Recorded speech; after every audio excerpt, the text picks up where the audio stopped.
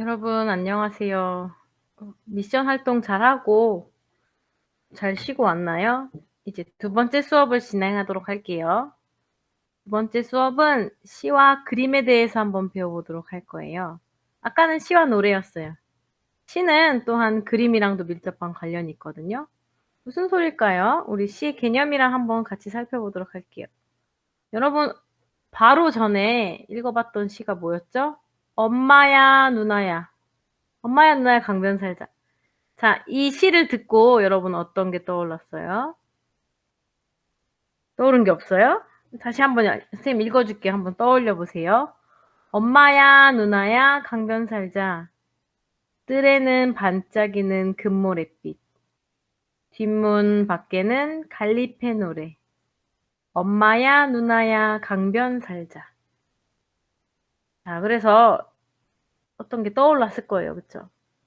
엄마랑 누나랑 어떤 아이랑 셋이 소년이랑 같이 해질 무렵 반짝반짝 해가 비치는, 그리고 갈대잎이 막 조용하게 흔들리고 있는 그런 강가? 이런 느낌이 떠오를 거예요. 그래서 엄마야 누나야 강변 살자를 듣고 떠올릴 수 있는 느낌이 이런 느낌이에요. 이런 그림들. 한적한 시골의 강변 마을. 실제로 아까 선생님이 들려준 동요에 나오는 그림도 이런 동요가 있어요. 엄마야 누나야 강변 살자. 뭔가 시골이고 그쵸. 강이 조용히 흐르고 있고 사람이 없고 한적한 느낌. 이런 어떤 시를 들었을 때 여러분 마음속에 떠오르는 이미지가 있잖아요. 오늘은 그거에 대해서 조금 더 자세히 살펴보도록 할게요. 이 시간에서는. 자, 우리가 이거를 시의 심상이라고 해요. 심상. 마음에 떠오르는 어떤 형상. 마음속에 떠오르는 어떤 이미지, 그림. 그래서 시의 그림적인 요소, 그거 이미지적인 요소를 심상이라고 해요. 여러분이 시를 읽었을 때 머릿속에 그려지는 이미지. 이런 느낌이에요. 시를 읽고 나면 하면서 떠오르는 무엇인가가 있어요. 마음속에 떠오르는, 머릿속에 떠오르는 무엇인가. 그 이미지를 찾아볼 건데요.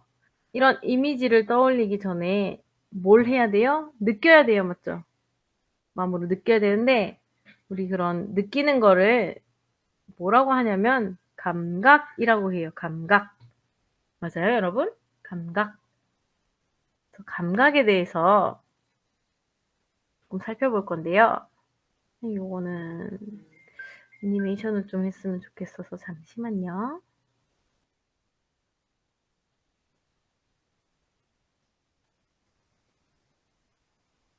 이거는 프레젠테이션으로 크게 볼게요.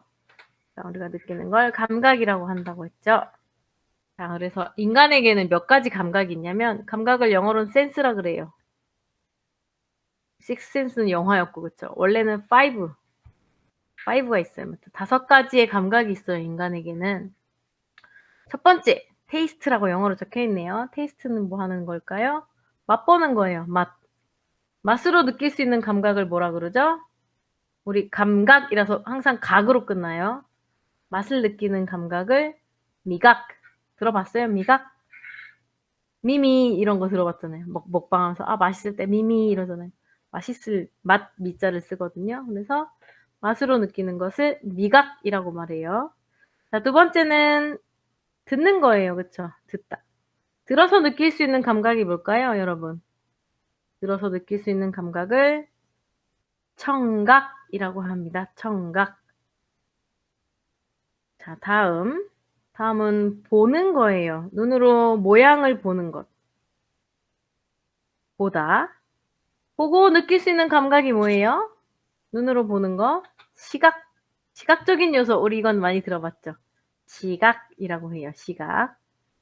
자, 다음은 장미꽃 향기 아니면 음식 냄새를 맡다라고 해요. 맞죠? 향기를 맡다, 냄새를 맡다. 자, 이런 거. 냄새 맡는 거를 어떤 감각이라고 하죠? 후각이라고 해요. 후각. 그래서 이비인 후과잖아요. 여러분 코 아플 때 가는 곳. 이비인 후과. 후각이 있어요. 후각. 자, 그다음 여기 터치라고 돼 있는데요. 손으로 아니면 어떤 피부로 만져지는 거. 피부로 느껴지는 그것을 어떤 감각이라고 하냐면 촉각이라고 해요. 촉각. 자, 여기까지 한번 다시 해볼까요? 맛으로 느끼는 감각을 미각 했어요. 들어서 느끼는 감각을 청각. 눈으로 봐서 느끼는 감각을 시각. 시각적인 효과. 자, 냄새로 맡아서, 향기를 맡아서 느끼는 감각을 후각. 만져서 피부로 느끼는 감각들을 촉각이라고 합니다. 그래서 이 5가지 감각을 사용해서 사람이 어떤 것을 느낄 수가 있어요. 시도 마찬가지예요. 시에도 이런 글로 적었지만 여러분이 이런 감각을 살릴 수 있도록 만들어 놓은 게 있어요. 그걸 우리 심상이라고 하는데요. 앞에서 봤던 이 부분을 기억해야 돼요. 미각, 청각, 시각, 후각, 촉각. 자, 요걸 기억하면서 심상을 한번 볼게요. 시각적 심상이란 어떤 것이 있을까요? 시각적 심상이란 눈으로 보는 것처럼, 그쵸? 눈으로 보는 것처럼 떠오르는 이미지예요. 예를 들면 이런 게 있어요. 붉은 산수 열매. 여러분 머릿속에 그 붉은색의 열매가 그려지고 있나요? 그래서 눈으로 보는 것처럼 시각적인 심상이 이 시에 나타나고 있죠. 청각적인 심상은 들리는 것처럼, 내가 뭔가 듣는 것처럼 느껴지는 심상. 바스락 바스락 낙엽 소리. 여러분 낙엽 막 쌓여있는 거 밟아봤어요? 그때 나는 소리 있잖아요. 바스락 바스락. 그 소리가 느껴지시나요? 바스락 바스락 낙엽 소리. 이것이 청각적 심상이에요. 다음 미각적 심상. 미각은 맛이라 그랬어요. 맛.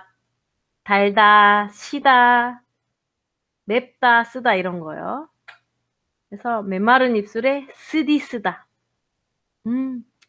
여러분 인삼 먹은 것처럼, 한약 먹은 것처럼 그 입술에 쓴 맛이 생각이 나시나요? 쓰디 쓰다. 그것을 미각적 심상. 후각적 심상은 요런 게 있어요. 밥 짓는 냄새가 나면 여러분 집에서 밥솥 옆에서 김이 푸쉬 이렇게 올라올 때 그 냄새 혹시 맡아봤어요? 그 밥이 지어지는 그 냄새. 아마 이 글을 보고 있으면 그 냄새가 떠오를 거예요. 이런 것을 후각적 심상이라고 해요. 촉각적 심상은 만져서 느끼는 거라고 했어요. 만져서 느끼는 거. 예를 들어 뭐가 있냐면 포근한 엄마의 품. 여러분 엄마랑 허그 많이 하죠? 이제 커서 안 하려나요? 그래도 기억은 나죠? 네. 포근한 엄마의 품. 엄마한테 안겼을 때 그 폭신한 좀 엄마가 통통하시면 폭신한 느낌이 나겠죠? 그런 느낌. 포근한 엄마의 품. 그런 촉각적인 느낌. 이런 것들이 시에서 드러나는 거예요, 여러분. 이 지금 감각들을 시를 통해서 떠올려 볼 거예요. 그래서 오늘 배울 내용이 심상입니다. 자, 그럼 시를 하나 읽어볼 건데요. 시를 해석하는 포인트는 아까랑 동일해요. 화자를 이해하고 주제를 찾아보세요. 어떤 운율, 어떤 표현법이 쓰였는지 찾아보세요. 그리고 시의 전체적인 느낌을 이미지로 떠올려 보세요. 그런데 아까는 운율의 리듬감에 우리가 초점을 맞췄다면 지금은 이미지. 어떤 머릿속에 어떤 느낌이 떠오르는지 그 이미지를 중점적으로 이야기할 거예요. 자, 여러분 지금 9월이에요. 9월은 어떤 계절이죠? 한국을 생각해 보세요. 멕시코는 조금 사계절 느낌이 잘 안 나잖아요. 한국의 사계절에서 지금은 가을이에요. 맞죠? 그래서 가을에 관련된 시 하나를 읽을 건데요. 제목이 재밌죠? 오메 단풍 들겄네. 이렇게 읽어도 되고요. 사실 제목이 하나 더 있어요. 누이야 나의 마음을 보아라 라는 제목으로도 쓰이는데요. 선생님은 오메 단풍 들겄네로 골랐어요. 왜냐면 이게 어떤 느낌인지 더 잘 알 것 같아서. 시인은 누구시냐면요. 김영랑 시인이에요. 햇살에 돌담에 이 시 얘기해도 여러분 잘 모를 것 같은데 김영랑 시인도 아까 김소월 시인이랑 비슷하게 일제강점기 시절을 살았던 시인인데요. 말을 되게 예쁜 말들을 쓰는 시를 많이 쓴 걸로 유명해요.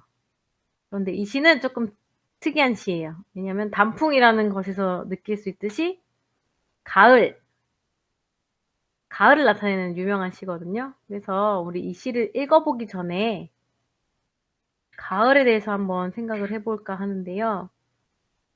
한국의 시를 읽고 있고 지금 우리가 한글 학교를 하고 있으니까 다른 나라의 가을이 아닌 한국의 가을을 한번 생각해 볼 거예요. 그래서 여러분은 한국에서 가을을 지내본 적이 있어요?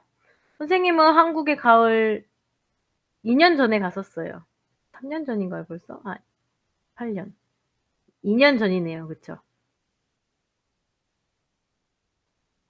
아마 여러분들도 가을에 한국에서 지냈던 사람도 있을 거고, 아니면 여름이나 겨울에만 가서 가을은 모르는 사람들도 있을 건데요.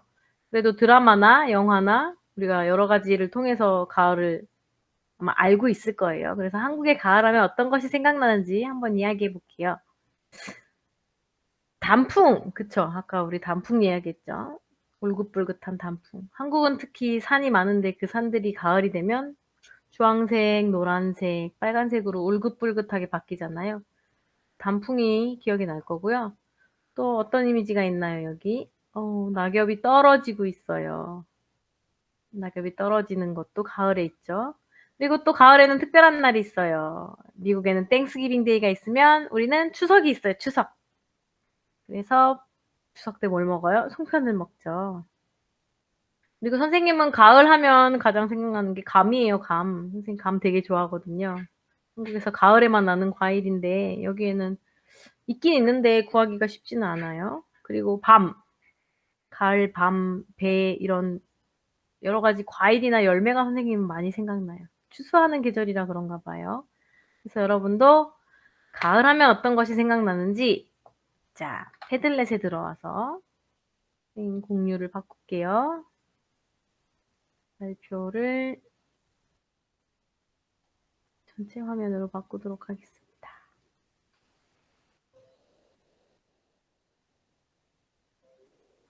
자, 그래서 패들렛에서 가을 하면 무엇이 떠오르는지 한번 볼 거예요. 여러분의 패들렛 링크는 클래스룸에 선생님 동영상 올린 부분에 같이 있어요.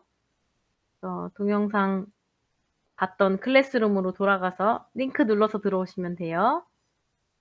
자, 선생님은 여기다가 여러분, 미안해요. 여기 오메단풍 들겄네. 여기 1번에 여러분이 가을 하면 떠오르는 것, 그것들을 적어보시면 돼요. 선생님은 뭐라고 적었냐면요. 가을 하면 떠오르는 단어로 감이 먹고 싶다. 그리고 가을 하면 책 읽는 계절. 그쵸? 그런 얘기 많이 하잖아. 독서하는 계절, 책 읽는 계절. 그리고 또 가을 하면 뭐가 있냐면 추석에는 송편. 이런 여러분이 가을 하면 떠올렸던 그런 것들을 마음대로 적어보세요, 한번.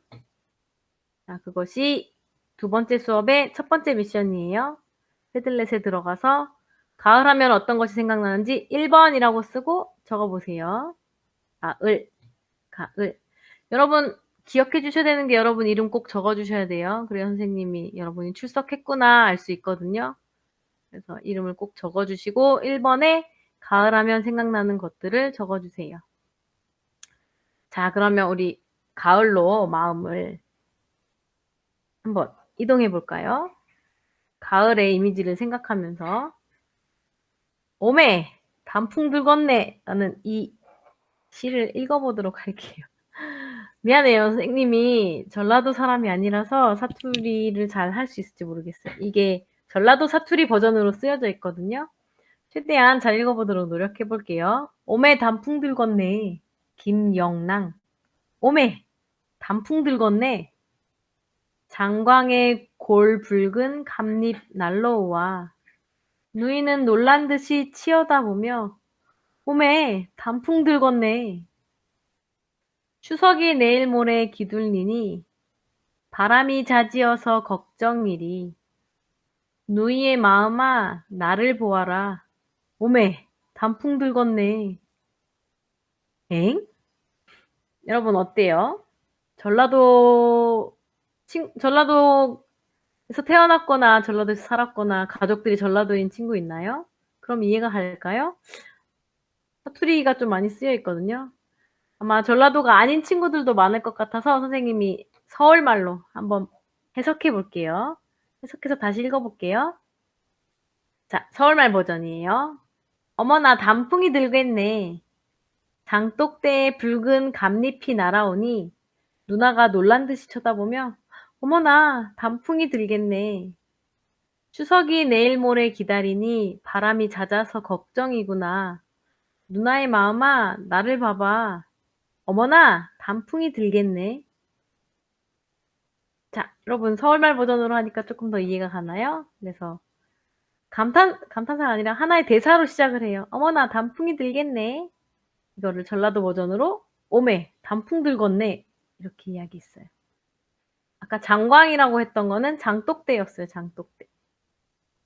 장독대에 붉게 물든 감나무 잎. 그래서 감잎이라고 되어 있는 거예요. 감나무 잎이 날아왔어요. 그것을 보고 누나가 놀라서 이야기해요. 어머나 단풍이 들겠네 라고 이야기했어요. 그리고 추석이 내일 모레예요. 진짜 내일 모레일까요? 모르겠어요. 추석이 곧 다가왔다는 얘기예요. 추석이 곧 다가오니까 바람이 잦아서 바람이 많이 분대요. 항상 한국도 그런데요. 추석을 앞두고 태풍이 항상 오는 편이에요. 태풍이 불면 바람이 세게 불면 뭐가 다 떨어지죠? 열매가 다 떨어져 버려요. 뭐 감이라든지 배라든지. 그래서 농부들이 항상 걱정을 하시죠. 바람이 세게 불면 우리 열매가 다 떨어져서 추수를 못 할까 봐. 풍년이 되지 않을까 봐 걱정을 해요. 그래서 이 누나도 같은 걱정을 하는 것 같아요. 그랬더니 이 친구가 얘기해요. 누나 걱정하지 말고 나를 봐봐. 그리고 마지막으로 또 한 번 얘기하네요. 어머나 단풍이 들겠네 하고 다시 단풍에 집중을 하는 그런 내용이었어요. 자, 그러면 우리 한번 같이 살펴보도록 할게요. 자, 오늘은 시와 그림이니까 노래가 아니라 그림으로 시를 한번 정리해 봤어요.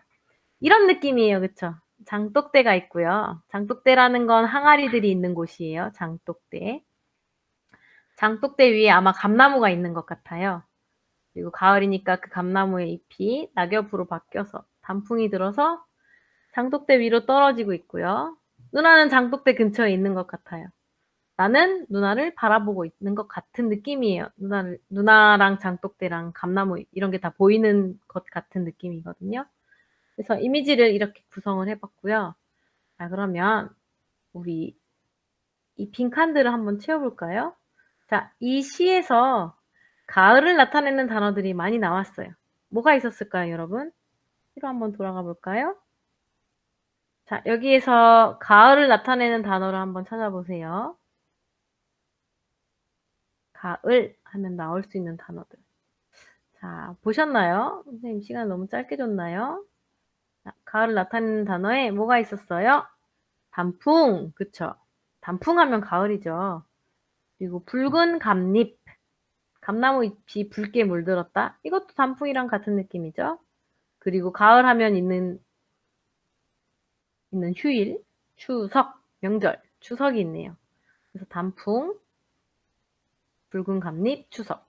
단풍이랑 붉은 감잎이랑 같은 부분이니까 이거를 같다고 보는 사람들도 있어요. 그냥 단풍 하나로 나타내는 분들도 있고요. 이런 단어가 나타났었고요. 이 시에서 말하는 사람은 화자는 뭘 보고 있어요? 아까 선생님 잠깐 얘기했는데요. 장독대에 있는 누이를 바라보고 있어요. 맞죠? 이 시의 화자는. 그래서 또 누나가 있는 남자아이일까요? 아니면 어른일까요? 모르겠지만 아무튼 누나가 있는 또 어떤 남자가 이 시의 화자가 됐네요. 이 시에서 말하는 사람이 됐어요. 자, 그러면 우리 조금씩 살펴볼게요. 오늘은 연으로 나눠서 살필 거예요. 연이 뭐예요? 아까 이렇게 여기 가운데 빈칸이 크게 있었죠? 그래서 요 1행부터 4행까지 요 4개가 하나로 묶어져 있잖아요. 요게 연이라고 이야기하거든요. 요게 1연. 이 정도는 알 것 같은데 여러분 아닌가요? 자, 띄고 5, 6, 7, 8행 5행, 6행, 7행, 8행을 묶어서 두 번째 연이 완성됐어요. 2절? 아니요. 연이라 그런다 그랬죠? 2연. 그래서 1연, 2연으로 나눠서 한번 살펴볼게요. 자, 1년의 내용은 이런 거였어요. 몸에 단풍 들겄네. 장광에 골붉은 감잎 날라오와 누이는 놀란 듯이 치여다보며 몸에 단풍 들겄네. 자, 그래서 내용이 어떤 내용이었어요? 어느덧 이미 가을이 와버렸네요. 그쵸? 가을인지 몰랐는데 장독대에 단풍이 떨어진 걸 보고 누나가 놀라서 이야기해요. 어? 단풍 들겠다. 벌써 가을이다. 그래서 누나의 마음이 어떤 마음이었냐면 지금 우리가 찾아보는 게 누나의 마음이거든요. 그래서 어느덧 와버린 가을에 대한 놀라움. 여러분도 그렇지 않아요? 코로나 바이러스 때문에 학교에 못 간 게 3월부터였던 것 같은데 3, 4, 5, 6, 7, 8 어느새 더웠던 여름도 가버리고 여름인데 물놀이 한번 못하고 그쵸? 집에서 그냥 있었는데 갑자기 비가 몇 번 내리더니 확 추워졌어요. 시원해졌어요. 벌써 가을이 됐어요. 벌써 9월이에요. 9, 10, 11, 12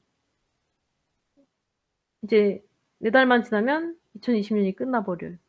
그것에 대한 놀라움, 세월이 가버린 것에 대한 놀라움이 1년에 나타나고요. 2년에서는 어떤 느낌인지 선생님이 이미 적어버렸네요. 추석이 내일 모레 기다리고 있으니까 바람이 잦게 불러서 바람이 많이 불어서 걱정이에요. 그래서 누나의 마음이 어때요? 추석 그리고 곧 다가올 겨울. 한국에서는 겨울에 먹을 게 없었잖아요. 그래서 항상 걱정을 했거든요. 그래서 추석에 대한 또 겨울을 준비하는 것에 대한 걱정하는 마음이 있어요, 누나가. 그래서 이연에서 나타난 것은 걱정이었는데요. 걱정으로 끝나나요, 시가?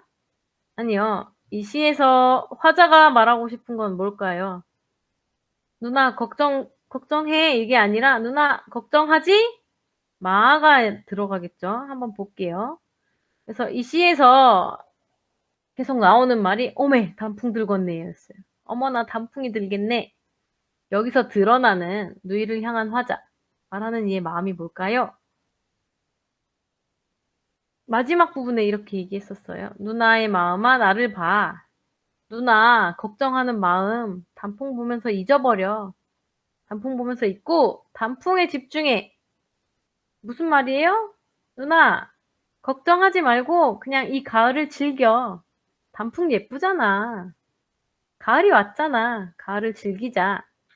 그래서 이 시의 주제가 가을을 즐기자가 있지만 그 안에 화자의 따뜻한 마음, 누나한테 걱정하는 누나한테 건네는 위로의 마음이 담겨 있어요. 그래서 시의 어떤 내용들을 살펴봤고요.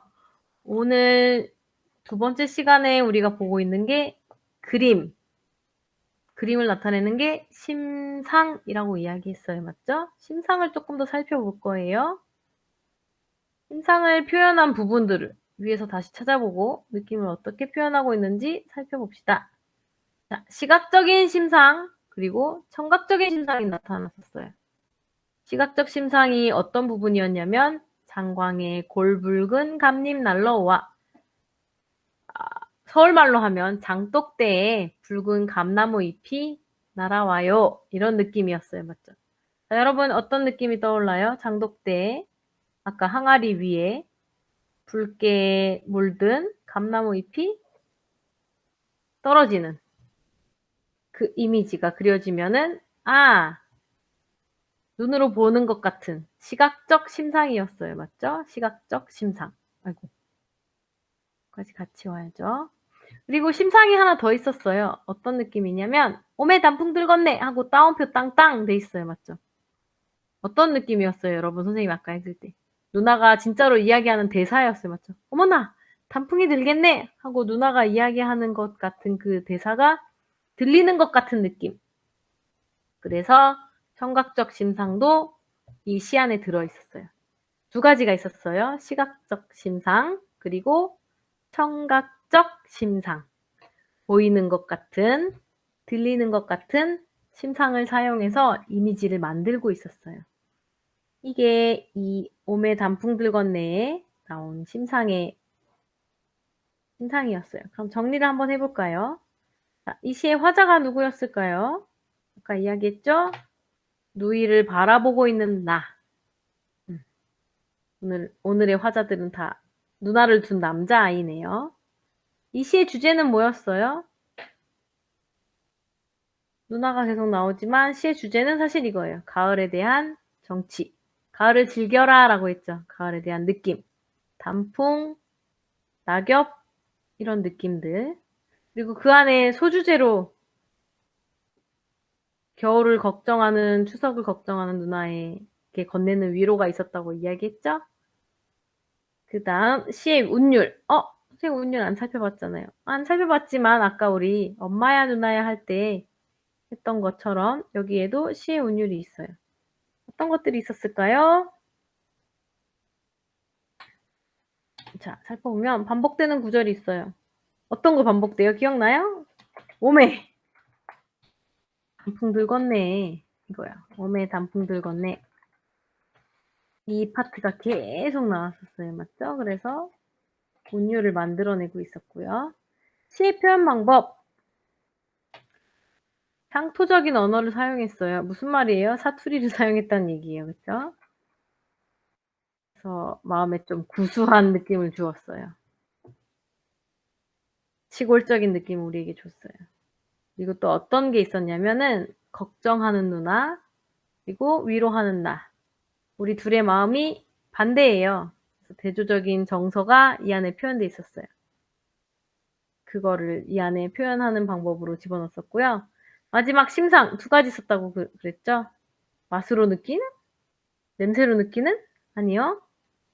보이는 것 같은, 들리는 것 같은. 보이는 것 같은 시각적 심상, 붉은 감잎. 들리는 것 같은 청각적 심상. 오메 단풍들 건네 하는 이 대사. 그래서 이 두 가지의 심상이 이 시에서 존재했어요. 그래서 여러분은 시를 읽을 때 항상 요 5가지로 분석을 하면 돼요. 이게 중학교에만 이러는 게 아니고 고등학교 때도 나중에 수능 보고 논술할 때도 다 이렇게 5가지로 구분해서 여러분이 파악하시면 돼요, 시를.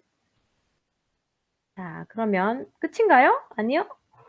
활동해야죠. 자, 가을의 이미지를 찾아보고 가을 주제로 랩 같은 시를 하나 써봅시다. 똥통, 고통 이런 느낌이요. 선생님이 아까 엄마의 누나처럼 카피를 주는 게 아니고 자유 프리스타일 랩을 주는 거예요. 자, 우선 가을의 이미지를 하나 찾아보세요. 여러분의 가을 이미지. 그리고 그걸로 시를 쓸 건데요. 선생님이 예를 하나 들어볼게요. 선생님의 가을 하면 가장 먼저 떠오르는 이미지는 먹는 거예요. 선생님이 뭘 좋아한다 그랬죠? 밤, 감.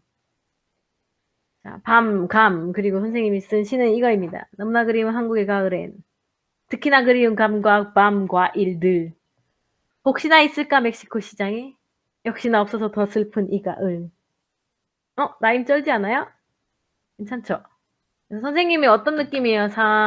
띄고 이런 뭔가 운율도 들어가 있고 너무나 특히나 혹시나 역시나 이런 라임도 잘 들어가 있죠? 그래서 여러분도 이렇게 라임 그리고 뭔가 반복 어떤 리듬감 이런 걸 살려서 가을에 대한 시를 한번 써볼게요.